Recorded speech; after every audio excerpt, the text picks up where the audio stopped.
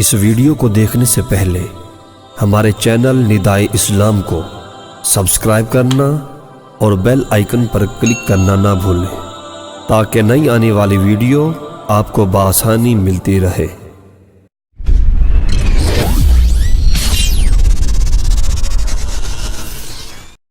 بسم اللہ الرحمن الرحیم۔ ناظرین و سامعین، دوستوں، بزرگوں، بھائیوں، آج ہم آپ کے لیے لائے ہیں بہت ہی بہترین داستان۔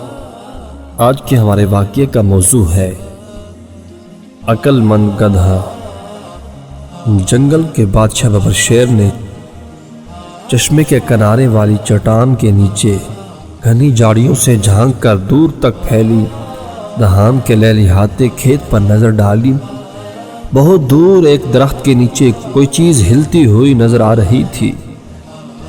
دوستو، آگے جانے سے پہلے ہمارے چینل کو سبسکرائب کرنا اور بیل آئیکن پر کلک کرنا نہ بھولیں تاکہ نئی آنے والی ویڈیو آپ کو بر وقت ملتی رہے۔ اگر آپ کے ذہن میں کوئی داستان، کوئی کہانی ہو تو وہ آپ ہمیں کمنٹس باکس میں شیئر کر سکتے ہیں۔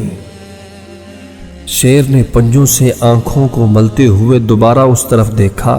یقیناً وہ کالا ہرن تھا۔ شیر رات سے بھوکا تھا۔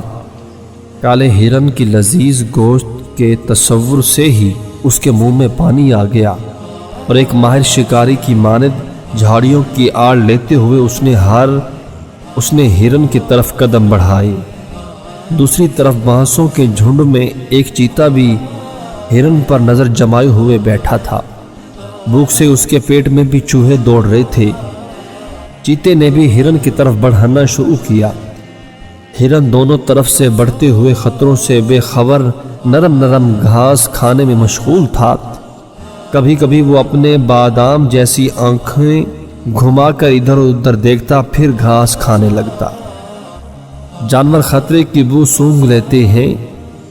ہرن کی بے چینی آنکھیں ظاہر کر رہی تھی کہ اس نے خطرے کی بو سونگھ لی ہے۔ اس نے کان کھڑے کر کے گردن گھما کر چشمے کی طرف دیکھا، جہاں میدان میں دو ریچھ کے بچے کھیل رہے تھے۔ ابھی ہرن پہاڑ کی طرف رخ کرنے کا سوچ ہی رہا تھا کہ مشرق و مغرب سے شیر اور چیتے نے جھاڑیوں سے چھلانگ لگائیں۔ دونوں تیر کی طرح ہرن کی طرف لپکے۔ ہرن لمبی لمبی چھلانگیں مارتا ہوا پہاڑوں کی طرف بھاگا۔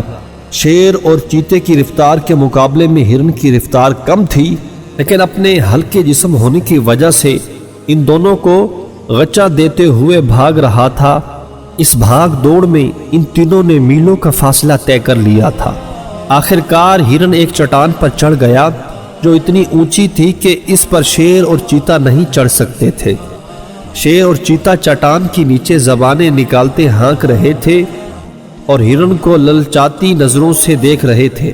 جب سانسیں درست ہوئی تو شیر کہنے لگا، یہ میرا شکار ہے، پہلے میں نے دیکھا تھا۔ چیتے نے غصے سے جواب دیا، آپ جنگل کے بادشاہ ضرور ہیں، لیکن یہ جنگل ہے، انسانوں کی دنیا نہیں کہ بادشاہ جو چاہے کرے۔ جانور اپنے حقوق کی حفاظت کرنا خوب جانتے ہیں۔ یہ میرا شکار ہے۔ شیر دھاڑا، انسان ہو یا جانور، جس کی لاٹھی اس کی بھینس کا قانون ہر جگہ چلتا ہے۔ میں تم سے زیادہ طاقتور ہوں۔ شیر اور چیتے کی تکرار سن کر ہرن نے اطمینان کا سانس لیا اور کہا، میرے محترم بادشاہ ہو، یہ میری خوش نصیبی ہوگی کہ میں آپ جیسے شاہی خاندان کے افراد کی غذا بنوں، لیکن پہلے آپ دونوں طے کر لیں آپ میں سے کون میرا لذیذ گوشت نوش کرے گا۔ شیر اور چیتا دونوں تکرار کرنے لگے۔ اسی دوران ادھر سے ایک گدھے کا گزر ہوا تو ہرن نے چٹ سے مشورہ دیا، میرا خیال ہے آپ دونوں اس سلسلے میں گدھے صاحب سے مشورہ لے لیں، کیونکہ مشورہ دینے کے لیے عقل مند ہونا ضروری نہیں۔ شیر نے کہا، چلو مجھے منظور ہے، وقت پڑنے پر گدھے کو بھی باپ بنانا پڑتا ہے۔ چیتے نے گدھے کو حکم دیا، گدھے کے بچے ادھر آؤ۔ گدھا پہلے تو ڈرا کہ کہیں یہ دونوں اسے ہی نہ ہڑپ لیں، پھر ڈرتے ڈرتے دانت نکالتا ہوا اس کے قریب آیا، اور جب اس نے پورا قصہ سنا تو خوشی سے مشورہ دیا، ہاں تو شیر صاحب، آپ کا دعویٰ یہ ہے کہ آپ نے ہرن پر پہلے نظر ڈالی، جبکہ چیتے صاحب کا دعویٰ ہے کہ ہرن کو دیکھ کر پہلے ان کی ران ٹپکی، کیونکہ یہاں کوئی گواہ نہیں۔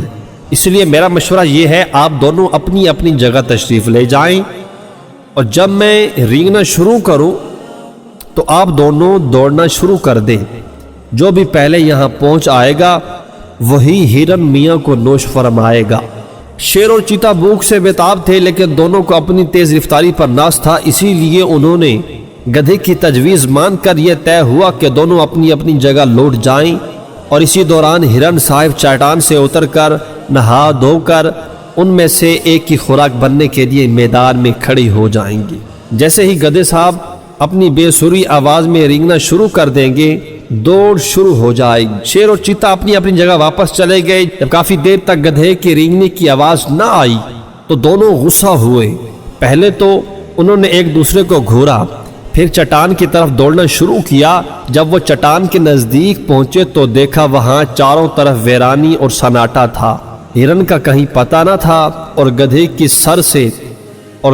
سر سے سینگ ہی نہیں، پورا گدھا غائب تھا۔ شیر نے غصے سے چیخ کر کہا، اس گدھے کے بچے نے ہمیں دھوکہ دیا ہے۔ چیتے نے سر جھکا کر افسوس سے کہا، شیر صاحب گدھا وہ نہیں، ہم دونوں ہیں۔